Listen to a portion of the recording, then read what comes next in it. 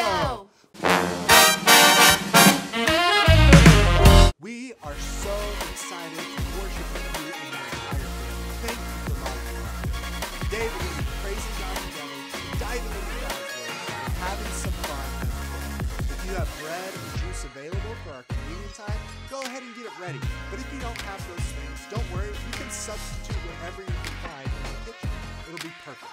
We'll take the Lord's Supper together in just a few minutes. So let's take a quick look at what we're studying this month in Firstkids Sync. Our theme this month is Press Play, Get in the Mix. It's important for us to see ourselves the way God sees us. Every person is loved by God and created in His image. And when we truly believe this, we begin to love like Jesus. At Firstkids City, we study a life app each month. A life app is what God is doing in you to change the world around you. And this month, our life app is confidence, learning to see yourself the way God sees you. The world tells us to be a lot of different things, and it can be overwhelming sometimes. But only God can tell us who we genuinely are. And when we know who we are, we learn how to look more like Jesus every day in the way we love those around us. We have confidence to love others because they're created in God's image too. So let's say you want to help someone, but you're not sure if you'll do it right.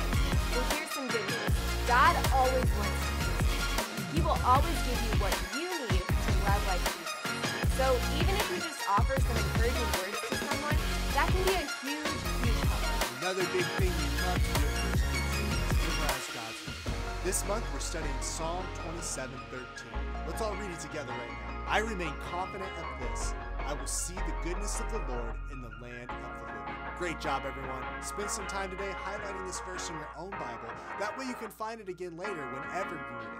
Now, I'm super excited because guess what's next? It's game time. What's up, everybody? Welcome to game time, our favorite time in the morning. We love playing games, and we hope you do as well. And today, we have an awesome game coming right your way. Emily, tell them what we're doing.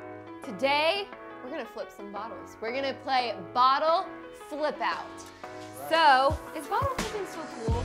It was like a thing there for a while. I think it's yeah. I'm pretty cool. It's pretty cool here.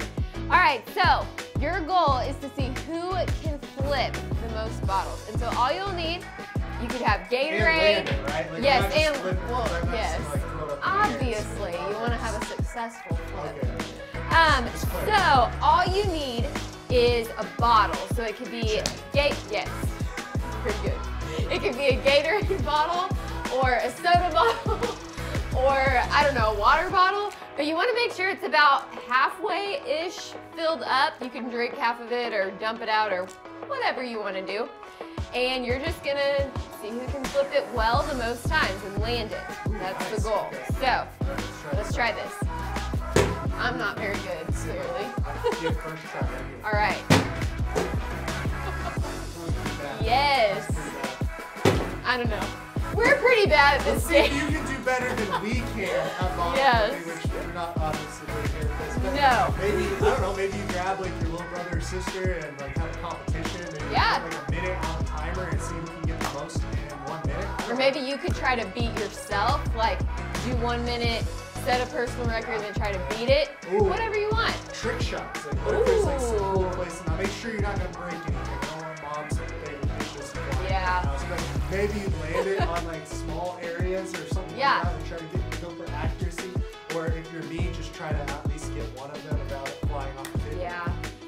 You'll do better than us, I'm sure. Well, let's get some people in here and let's play this game today. Yeah, sounds good. Let's do it. Awesome. Hi, I'm Robert. And I'm Gracie. And today we're going to be playing Bottle Flip Out. If you guys want to play along, grab a bottle that's half full and play along with us. Are you ready? Oh yeah. 3, 2, 1.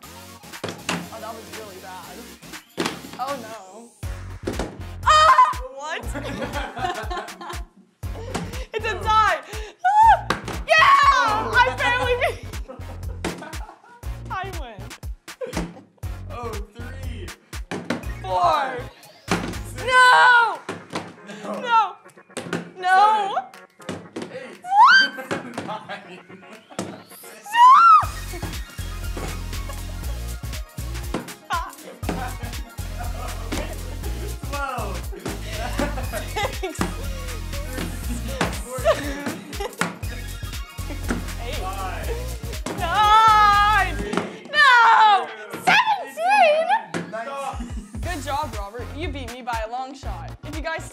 pictures or videos, make sure to send them in to us and we might include it in next week's episode. Now let's stand and get ready for worship. Hey guys, thank you so much for joining us today. Let's get ready to worship. I feel it deep in my bones, from my head to my toes. When I think of all you've done for me, I wanna celebrate, celebrate. This love can't be tamed. This joy I cannot explain. When I think of all you've done for me, I wanna celebrate, celebrate. We're gonna jump, jump, jump and shake the ground. We're gonna lift our hands and spin around, 'cause there's nothing better than the joy we found in you. We're gonna jump, we're gonna jump. We can't hold it back no more, no. Let's be bold and tell all the world. Come on, tell them what he's done for us. Come on, let's celebrate, celebrate. We're gonna jump, jump, jump and shake the ground. We're gonna lift our hands and spin around, 'cause there's nothing better than the joy we found in you.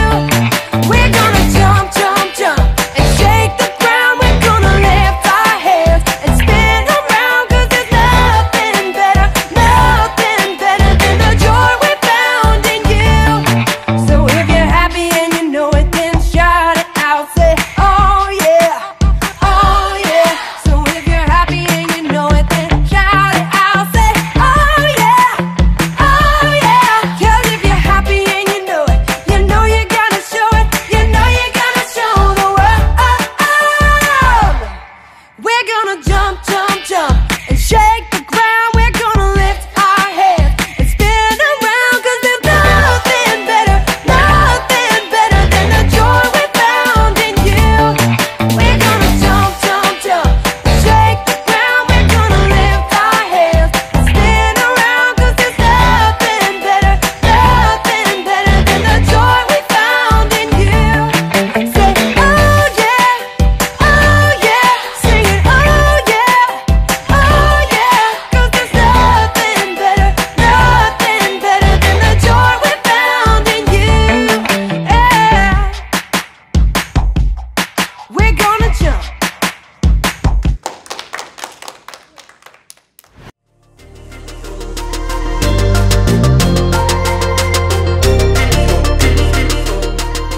Hey everyone, I'm Graham, and I'm here to give you a little bit of confidence. Confidence is learning to see yourself the way God sees you. When you're confident, you don't just sit around waiting for something to happen. No, when there's a game to be played, you get off the bench and play. When there's a challenge to be met, you face it head on. When there's music to be played, you get in the mix, grab an instrument, and make some noise. See what I mean? Confidence. Believe it or not, some people think the triangle isn't that important of an instrument. The band could get along just fine without it. But we know better, don't we? I mean, how else would you know when someone on TV had a good idea?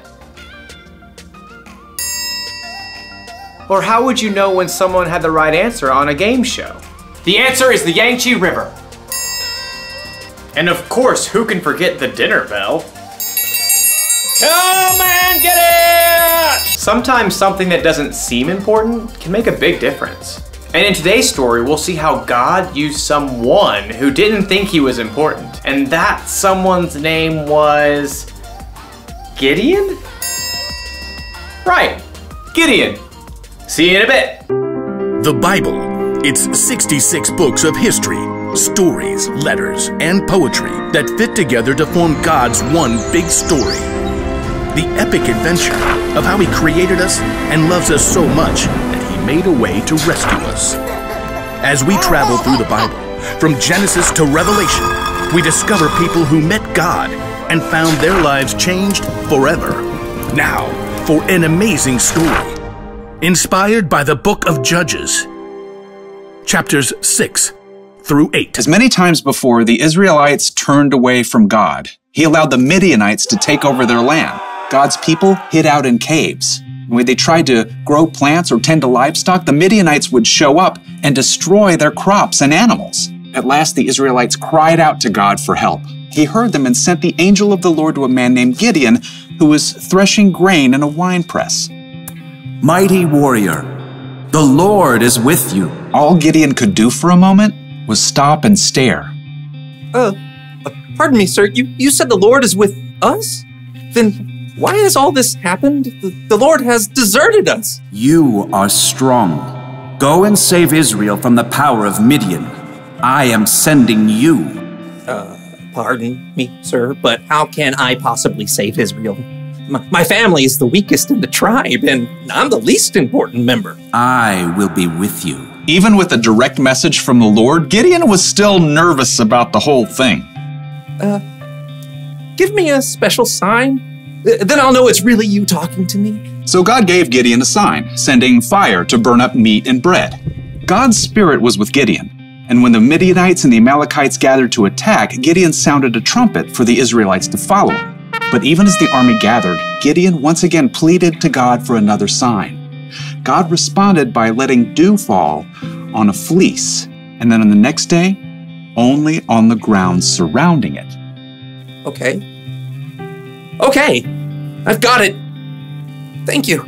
At last, Gideon was convinced God wanted to use him. He camped with 32,000 men at the spring of Harod and prepared for battle. Here, God spoke again. I want to hand Midian over to you, but you have too many men. Too many? Israel might brag, my own strength has saved me. Announce to the army, those who tremble with fear can turn back. Gideon did just as the Lord instructed. There, Lord. 22,000 men have gone home. Only 10,000 left to fight. There are still too many men. Have you seen the Midianite army? Take the men down to the water. There I will reduce the number of them for you. Even though it must have worried Gideon to lose more of his army, he did just as the Lord said.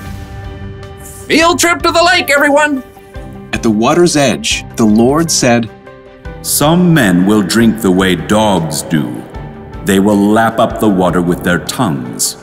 Separate them from those who get down on their knees to drink. Gideon watched carefully.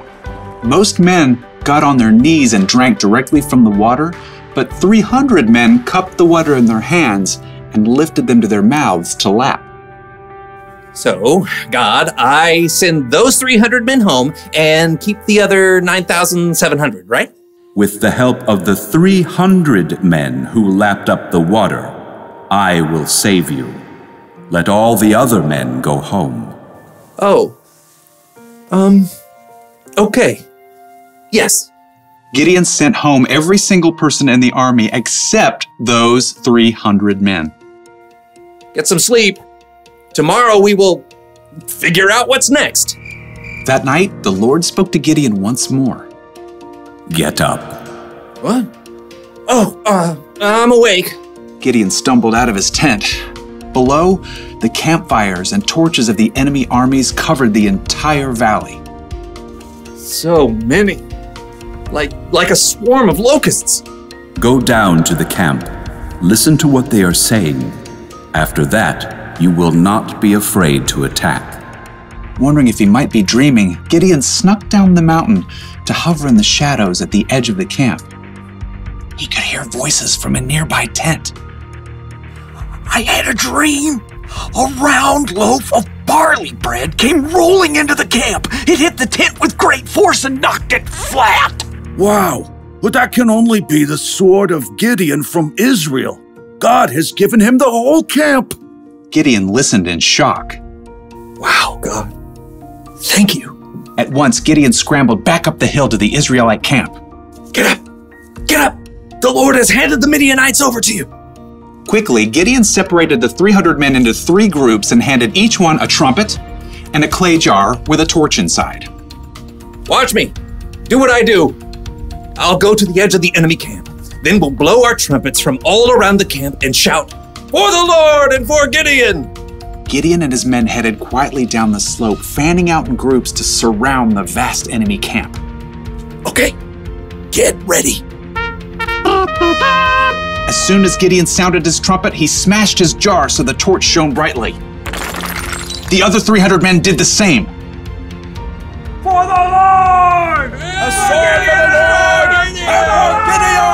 The Israelites held their ground, but their enemies panicked, confused by the trumpets and bright lights that pierced the dark night. They're coming from everywhere! The enemy armies were so confused, they began to fight each other, and then they fled in fear. After the men! Gideon and the Israelites chased their enemies all the way to the Jordan River and beyond until all the enemy armies were destroyed. The Israelites begged Gideon to rule over them. I will not rule over you. The Lord will rule over you. Yep, Gideon was an underdog, filled with doubt, but he still chose to follow God, and God used him to save the Israelites. According to Gideon, he was the least important family member and the weakest family of his tribe. He certainly didn't think God would use him to lead an army to victory over their enemies, but sometimes God uses people who don't seem important to make a big difference. You see this all through the Bible. Think of Jesus. He didn't pick the strongest, smartest, and most holy people to be his 12 closest friends. He picked regular guys, fishermen and tax collectors to be his disciples, and they went on to make a huge difference in the world. Hey, maybe that means God can use someone like me too, or someone like you. We don't have to know everything. We don't have to be important. God can do big things through us. Maybe he can use you to help a friend who's having a bad day. Maybe he can use you to solve a problem in your community. Or you might invent something that's never existed before. You might not think you're that important, and you might not think you're ready to make any kind of big difference. But the truth is, God thinks you're important, and he's totally ready to use you for something amazing. That's the one thing to remember today. God can use you no matter what. Knowing that should give you a little confidence. Why is my mouth watering? Oh, must be dinner time. I'll see you around.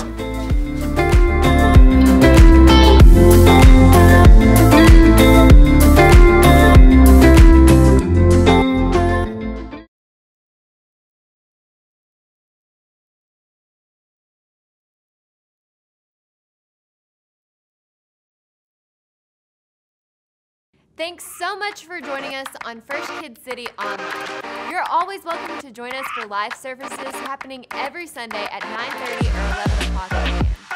We would love to hear from you too, so if you have any great pictures or videos of your family participating in worship or our game time, please send them to us.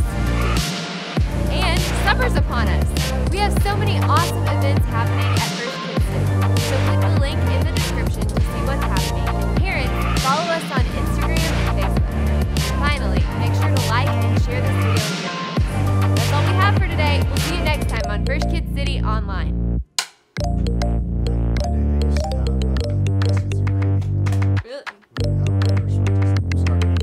Breakfast had biscuits and gravy, sausage gravy, and chicken gravy.